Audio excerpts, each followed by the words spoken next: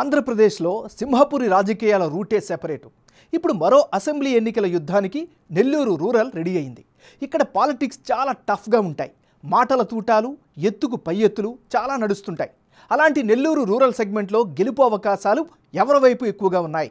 YCP నుంచి Adala Prabhakar Reddy, Telugu Desam party నుంచి కోటంరెడ్డి శ్రీధర్ రెడ్డి మధ్య పోటీ ఖాయమవడంతో ఓటర్ మూడ్ ఎలా ఉండబోతోంది?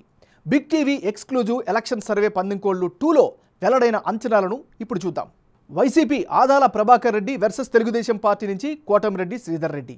సో లేటెస్ట్ రిపోర్ట్ చూసే ముందు ఈ ఏడాది జనవరి 31న నెల్లూరు రూరల్ పరిధిలో చేసిన పందెంకోళ్ళు 1 సర్వేలో అంచనాలు ఎలా వచ్చాయో ఓసారి రివైండ్ చేసుకుందాం. పందెంకోళ్ళు 1 సర్వే ప్రకారం నెల్లూరు రూరల్ పరిధిలో వైసీపీ అభ్యర్థి ఆదాల ప్రభాకర్ రెడ్డికి 43% ఓట్లు, అలాగే తెలుగుదేశం పార్టీ అభ్యర్థి కోటంరెడ్డి శ్రీధర్ రెడ్డికి 42% ఓట్లు, ఇతరులకు 15% ఓట్లు వచ్చే ఛాన్సెస్ ఉన్నట్లు పందెంకోళ్ళు 1 సర్వేలో అప్పుడు తేలింది. ఇప్పుడు నెల్లూరు రూరల్లో వైసీపీ, టీడీపీ అభ్యర్థుల ఖరారు తర్వాత పందెంకోళ్ళు 2 సర్వే నిర్వహించగా ఆసక్తికరమైనటువంటి అంచనాలు వెల్లడయ్యాయి. అవేంటో ఓసారి పరిశీలిద్దాం. వైసీపీ అభ్యర్థి ఆదాల ప్రభాకర్ రెడ్డికి as of today 47% vote share, అలాగే తెలుగుదేశం పార్టీ అభ్యర్థి కోటంరెడ్డి శ్రీధర్ రెడ్డికి 49% ఓట్ షేరు, ఇతరులకు 4% ఓట్లు వచ్చే ఛాన్సెస్ ఉన్నట్లు పందెంకోళ్ళు 2 సర్వేలో వెల్లడైంది. ఇక నెల్లూరు రూరల్ నియోజకవర్గంలో పందెంకోళ్ళు 1 సర్వేకు, పందెంకోళ్ళు సర్వే 2కు మధ్య జనం యొక్క అభిప్రాయం ఎలా మారింది?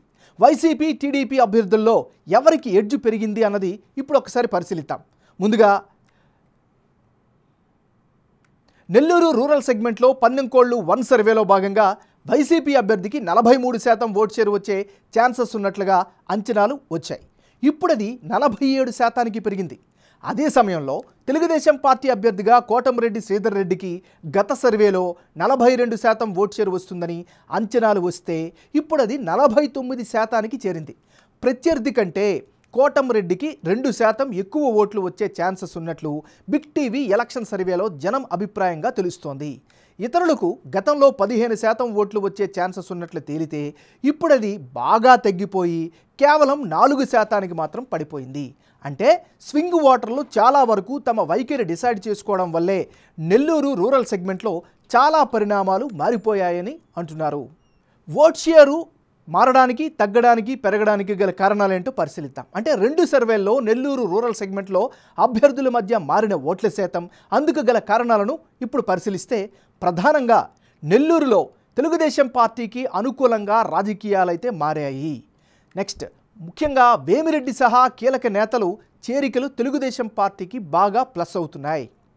కోటంరెడ్డి శ్రీధర్ రెడ్డి ఇంటింటికి ప్రచారం చేస్తున్నారు, దాంతోపాటు ప్రజల్లో మమేకమవుతున్నారు. ఇది ఒక అడ్వాంటేజ్.